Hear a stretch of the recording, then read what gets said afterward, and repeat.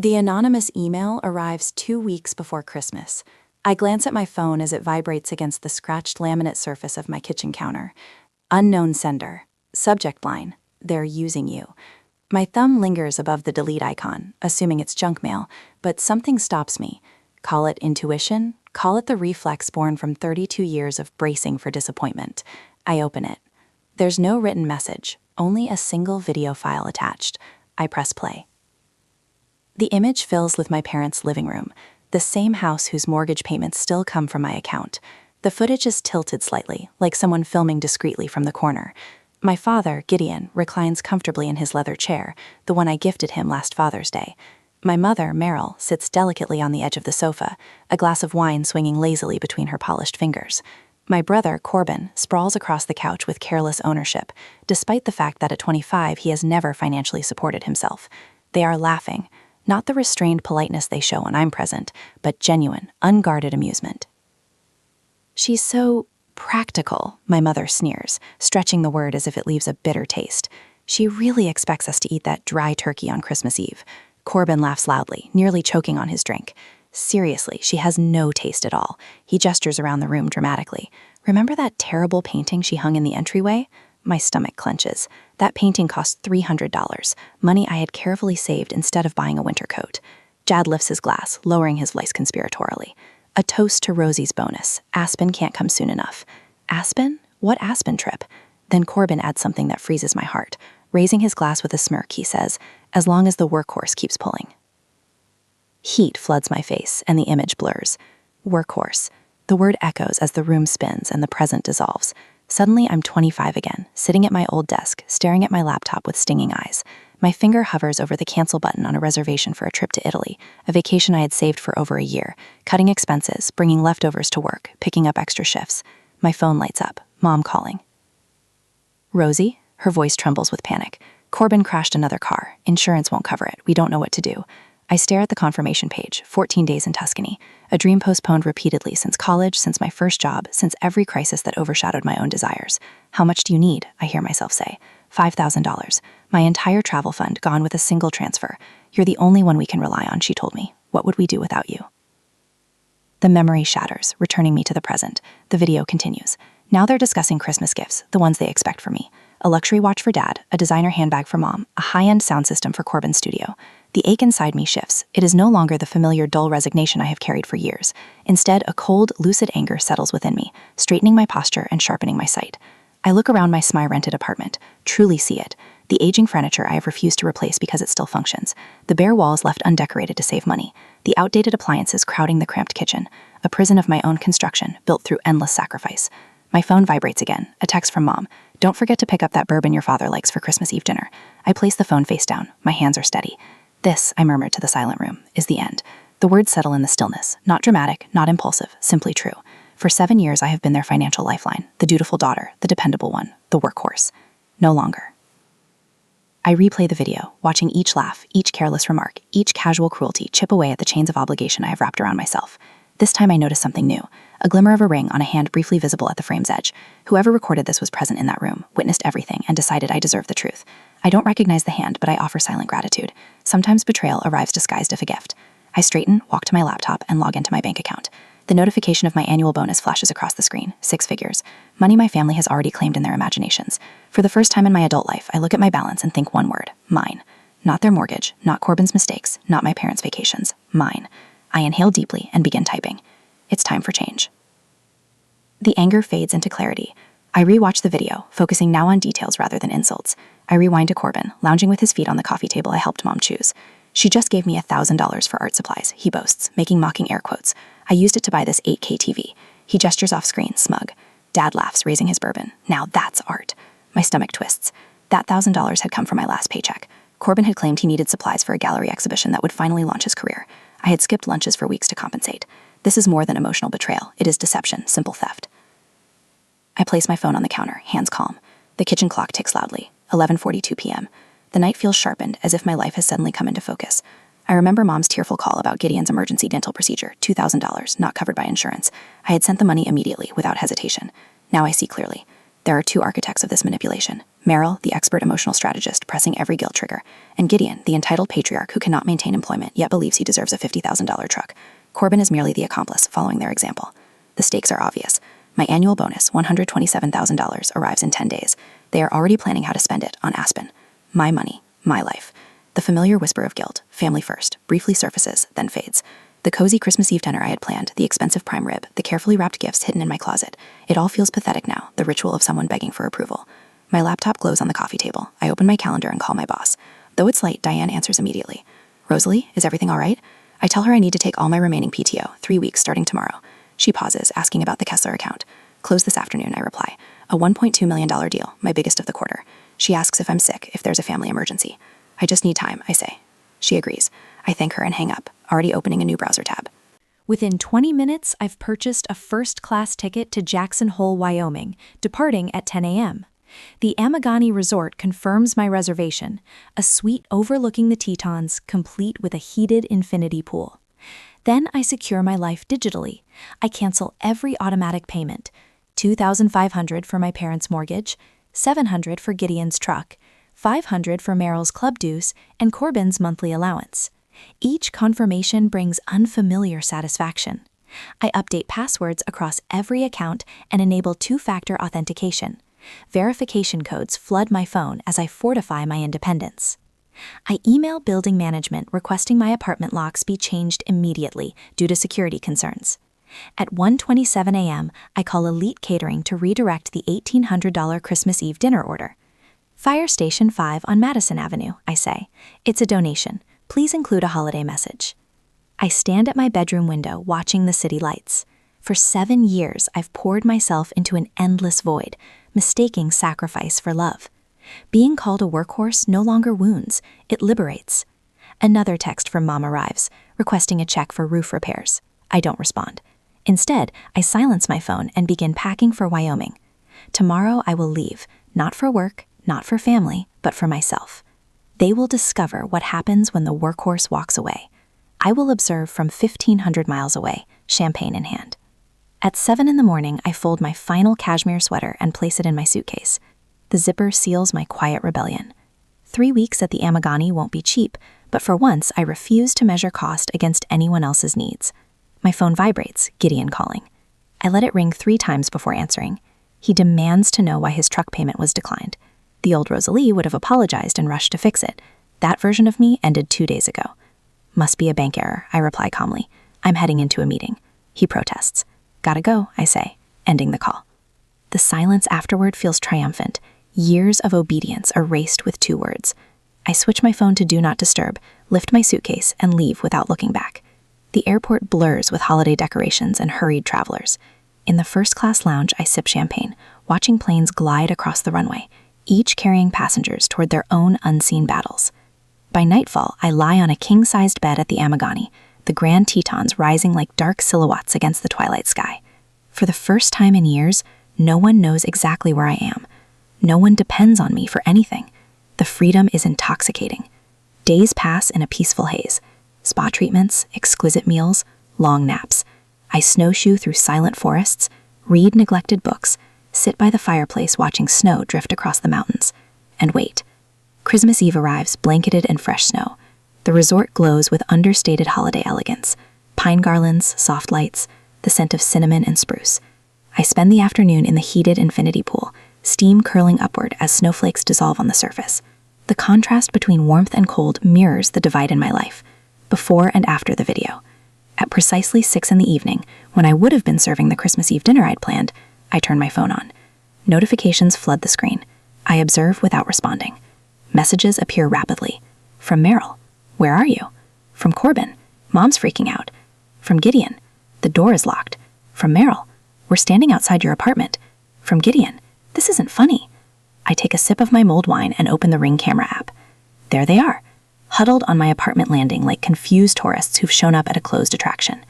Meryl in her cashmere coat, the one I bought her last Christmas. Gideon stomping his feet against the cold, his face is storm cloud. Corbin leaning against the railing, checking his phone, probably texting me for the 10th time. I watch as confusion morphs into frustration, then anger. Meryl rings the doorbell repeatedly, as if persistence might magically produce me. Gideon pounds on the door, his shoulders hunched with righteous indignation. Corbin paces, tossing occasional glances at the package by the door. My catering order notification. Redirected to Fire Station 5. Where the hell is she? Gideon barks, his breath clouding in the December air. I've called her 12 times. Meryl's voice rises to a pitch I recognize, the one she uses when she's about to deploy the emotional nuclear option. What if something happened to her? Nothing happened to her, Corbin mutters, kicking at the welcome mat. She wouldn't dare, Gideon says, but uncertainty creeps into his voice. I tap the screen to zoom in. This is better than any Christmas movie I could be watching. The real-time collapse of their entitlement. I record snippets as they argue amongst themselves, as Meryl calls the hospitals with fake tears in her voice, as Gideon threatens to call the landlord, as Corbin slumps to the floor complaining about missing dinner with his friends. For a full hour, I watch them unravel, documenting each phase of their meltdown. The landlord doesn't answer. The hospitals have no record of me. The neighbors don't know where I am. Their carefully constructed world of convenience, with me at its center, holding everything up, is crumbling before my eyes. Finally, when their rage has peaked and begun to flag into bewilderment, I open our family group chat. I hesitate only a moment before uploading the original video, the one that started it all. The one of them laughing about me, mocking my turkey, planning their aspen trimp on my bonus. The one where Corbin calls me the workhorse. I follow it with a text. Heard you wanted to go to Aspen. Hope this video is entertaining. P.S. All auto payments were stopped 2 weeks ago. Good luck. I watch their faces on the Ring camera as their phones chime simultaneously. Meryl opens hers first, her expression changing as she registers what she's seeing. Gideon leans over her shoulder, his face draining of color. Corbin steps back, a guilty flash climbing his neck. Who sent her this? Gideon hisses, looking around as if the culprit might be hiding in the hallway. She can't just... Meryl begins, but her voice fails her. Corbin stares at his phone, then at the locked door, comprehension dawning slow and terrible across his face. She's gone! She's gone!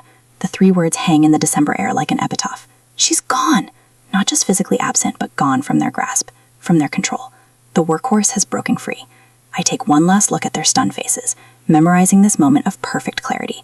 Then I power my phone off completely, set it on the nightstand, and pick up the room service menu. For the first time in my adult life, I'm spending Christmas exactly where and how I want to, and it tastes like freedom. 2 days after Christmas, I return back to my apartment. 10 days after Christmas, the key feels heavier in my palm than it should. Just a small piece of metal, but it represents everything. Safety, boundaries, a life reclaimed. Here you are, Miss Prescott. All done. The leasing agent says, sliding the paperwork across her desk. Your apartment has been completely rekeyed as requested. I pocket the new key and sign where indicated. My phone buzzes in my purse, the 44th missed call since I returned from Wyoming this morning. I haven't listened to a single voicemail or read any of the texts that accumulated during my 3-week absence. Instead, I've been systematically deleting them, one by one, like pulling weeds from a garden. I'm finally tending. Is everything all right? The agent asks, noticing my momentary distraction. Everything is perfect, I answer. And for the first time in years, I mean it. Outside, the final December sun glints off windshields in the parking lot, cold but clarifying. The vacation gave me distance, perspective. Watching their Christmas Eve meltdown from the heated infinity pool at the Amangani felt like watching strangers through glass, fascinating but removed. Their panic when they realized the money faucet had been turned off wasn't my problem anymore. I climbed into my car and headed to work, where my boss welcomed me back with a simple nod. No questions about my sudden vacation, just respect for my boundaries. The kind of respect I should have demanded years ago. For 10 days straight, the phone stays in do not disturb mode. I focus on work, exceeding my targets before the month is over. I sleep better. I browse furniture websites, considering what might look good in a real home someday, not the cramped apartment I've accepted as my lot in life. Then, exactly 2 weeks after my return, they make their first calculated move. I'm walking to my car in the underground garage when a voice calls out, "Rosalie?" I turn to see Aunt Jessica, my mother's sister, stepping from behind a concrete pillar. Her Burberry coat and perfectly coiffed silver hair seem out of place in the dim fluorescent lighting. Her presence is no accident. This is a carefully orchestrated ambush. Aunt Jessica? I keep my voice neutral. This is unexpected. She approaches, hands clasped at her chest, concern etched into her surgically tightened face.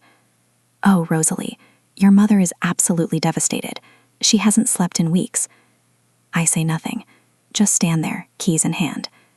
"The family is falling apart," Jessica continues, her voice dropping to a practiced whisper. Your father's truck was repossessed. They might lose the house. And Corbin, she pauses dramatically. He's talking about moving back in with them because he can't afford his rent. The old me would have crumbled under the weight of this guilt trip. The old me would have apologized, promised to fix everything, drained my accounts to soothe their manufactured crisis. Instead, I look my aunt directly in the eye and see what I've missed all these years. The calculation behind the concern, the manipulation beneath the worry. This isn't love. It's a sophisticated hostage negotiation, and I've been the only one paying ransoms. Rosalie, Jessica steps closer, touching my arm. You need to be the bigger person here. Family is everything. You need to fix this. I gently remove her hand from my arm. Thank you for your concern, Aunt Jessica. I understand this must be difficult for everyone. This is a private matter, and it is handled. Her eyes widen. She expected tears, apologies, promises to call Mom right away. But I hope you have a wonderful day. I unlock my car, slide inside, and close the door with a soft click. Through the window, I watch Jessica's shocked expression as I drive away. She'll report back to Meryl, of course. My mother will dissect every word, searching for weaknesses to exploit. My refusal to engage will be interpreted as a challenge rather than a boundary. The next attack comes 3 days later. I'm in a meeting with our marketing team when my desk phone lights up. Linda, our receptionist, rarely interrupts meetings. I'm sorry, The coffee shop bustles with mid-morning energy, but Marina sits perfectly still across from me, her fingers tracing the rim of an untouched latte. 3 months have passed since Christmas Eve, and this is our first face-to-face meeting. The woman who changed my life with a single video file. I couldn't stay silent, Marina explains, her voice soft but steady. I was washing my hands and came out of the bathroom when I heard your mother say, Rosalie is the easiest one to control. Then they all laughed. She looks up, brown eyes clear with conviction. I was disgusted by the cruelty, so I took out my phone and recorded. I nod, studying her. She's prettier than Corbin deserves. Intelligent eyes, no-nonsense posture. I search for pity in her expression and find none, just clarity. I broke up with him right after, she continues, stirring her coffee without drinking it. I realized he's just like them, a user. You deserve to know the truth. The words hang between us, and I feel a weight lift that I didn't realize was still there. Someone else saw it. Someone else thought it was wrong. My family's toxicity wasn't just my perception. It was real enough that a relative stranger risked drama to expose it. Thank you, I say simply. You changed everything. Marina shrugs one shoulder. You would have figured it out eventually. Maybe, but who knows how many more years I would have wasted. I take a sip of my Americano. What made you send it when you did? Corbin asked me what I was getting you for Christmas. Her mouth twists. He said not to waste money on anything expensive because you'd never notice anyway. Said you were too busy playing martyr. My laugh surprises us both. What did you tell him? I ask. I told him I'd already got you something priceless. Marina smiles for the first time. Turns out I was right. On the drive home, I take a detour. The morning sun glints off the ornate sign reading Oakwood Estates, a gated community on the north side of town. I slow down as I pass the sales office, my heart quickening as I scan the security features. The tall wrought iron fence, the state-of-the-art call box, the roving security patrol. The trap I've been setting isn't the kind my family would expect. It isn't revenge served hot. It's freedom, security, and distance served with complete financial independence. With an extra $4,000 a month now in my bank account, including the $2,500 mortgage payment I no longer make on their house, I've quietly secured a mortgage on a 4-bedroom home with a garden, a security system, and most importantly, a gate between me and them. A week later, my phone buzzes. Marina again. A screenshot of Corbin's Instagram post from last night. The image is pathetic. All 3 Prescotts, Gideon, Meryl, and Corbin, crammed onto a stained sofa in what must be Corbin's dingy apartment. My father's face is strained, his early retirement now looking more like an employment. My mother's perfectly maintained hair has lost its luster, and Corbin looks like he hasn't slept in days. But it's the caption that makes me pull over to the shoulder of the road. No matter what happens, family is everything. Enjoying a cozy night in. Family first. Blessed. Marina's text follows. Look at this hypocrisy. They're trying to play the victim. I stare at the photo again. The cramped space, the tension in their postures, the fake smiles that don't reach their eyes. The desperate attempt to project happiness while their world collapses around them. 3 months without their workhorse, and this is what remains. I don't feel the satisfaction I expected, just a hollow recognition of what was always beneath the surface. A family built on extraction, not love.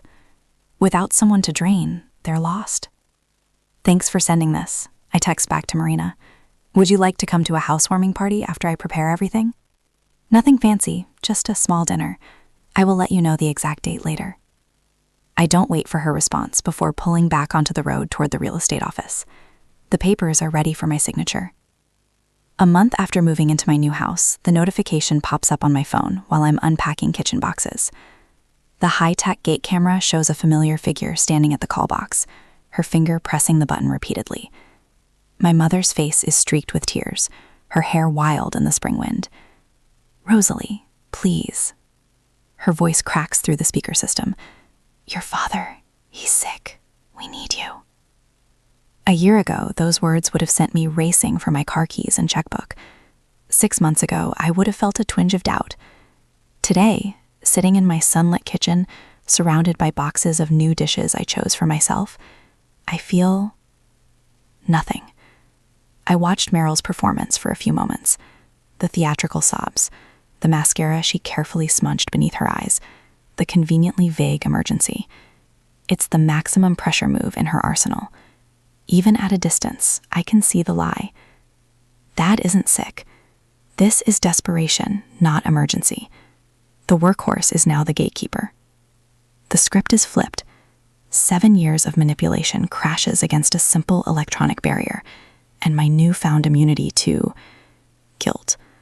My finger hovers over the intercom button. What would I even say? What could possibly bridge the gap between us now? A part of me, small and fading, still wants to believe there's something worth saving. But when I think of Marina's words, of the laughter in that video, of Rosalie is the easiest one to control, I know there's nothing left to say. I tap the dismiss button on the notification. The feed cuts out. In the silence of my new kitchen, I unpack a set of wine glasses I bought the day before. Beautiful, unnecessary things I'd never have allowed myself to own in my old life. I set them carefully in the cabinet, arranging them just so, taking my time. The sound of a car engine starting and fading away drifts through my open window. She's gone. I open a bottle of Chianti I've been saving and pour myself a glass. The ruby liquid catches the afternoon sun as I raise it in a silent toast to the woman I've become, to boundaries that hold, to freedom hard-won, to a life that is finally completely mine. When my phone buzzes again, it's not the gate camera. It's Marina. I am glad you kept the boundaries. They don't deserve you at all. I smile and type, thank you for everything. See you soon. The feeling of freedom has never been better. I arrange the mosaic vase on my new entryway table, stepping back to admire the burst of color against the cream walls. 3 months in this house, and I'm still discovering new corners to fill, new ways to make it mine. The vase is ridiculously expensive, impractical, and exactly what I wanted. No one had to approve the purchase. No one questioned whether a decorative object was worth it. The freedom still feels like a foreign language I'm learning to speak fluently. A painting hangs above the table, abstract splashes of crimson and gold that reminded me of Italian sunsets. Another indulgence, another declaration. My phone pings with a reminder. Book Italy. I smile. Walking through the living room, where no furniture bears water rings or mysterious stains, everything here was chosen by me, for me, a visible record of my new priorities. In my home office, not a converted closet like in the old apartment, but a real room with tall windows and bookshelves, I settle into my leather chair. My laptop waits on the desk, open to a travel site. First-class tickets to Rome, a month-long itinerary through Tuscany, the Amalfi Coast, Venice, the trip I canceled 7 years ago to bail out Corbin. The cursor hovers over the purchase button. The total makes me blink, nearly triple what I had budgeted back then. But now there's no flicker of hesitation, no mental calculation of what else that money could fix, or who else it could help. I click. Purchase. The confirmation appears, and I feel nothing but satisfaction. No guilt, no worries, no imaginary balance sheet, where my needs always registered in red. The doorbell chimes, pulling me from my thoughts. Through the security camera feed, I spot Marina on my porch, holding a bottle of wine. You're officially the first guest to use the front door, instead of the gate intercom, I tell her, swinging the door open. Marina laughs, handing me the wine. Historic moment. Should we take a picture?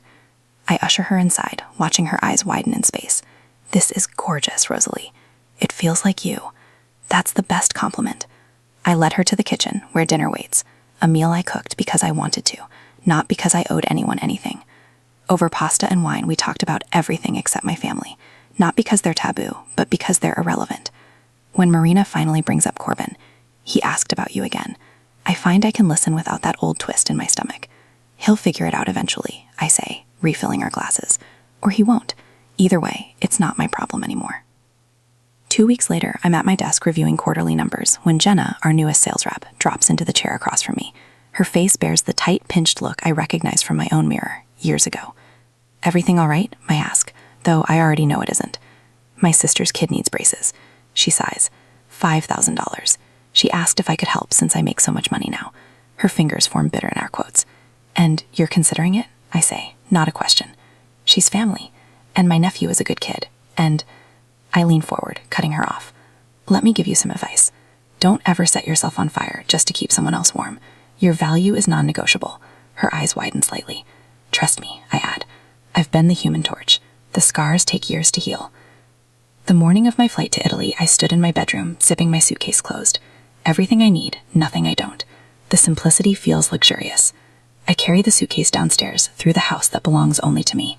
At the front door, I pause to set the security system, then step outside into the bright morning sun. The warmth touches my face, and I smile. Not the tight, people-pleasing smile I perfected over years of giving away pieces of myself, but something real and unhurried. The workhorse has been released from her harness. The journey is finally mine.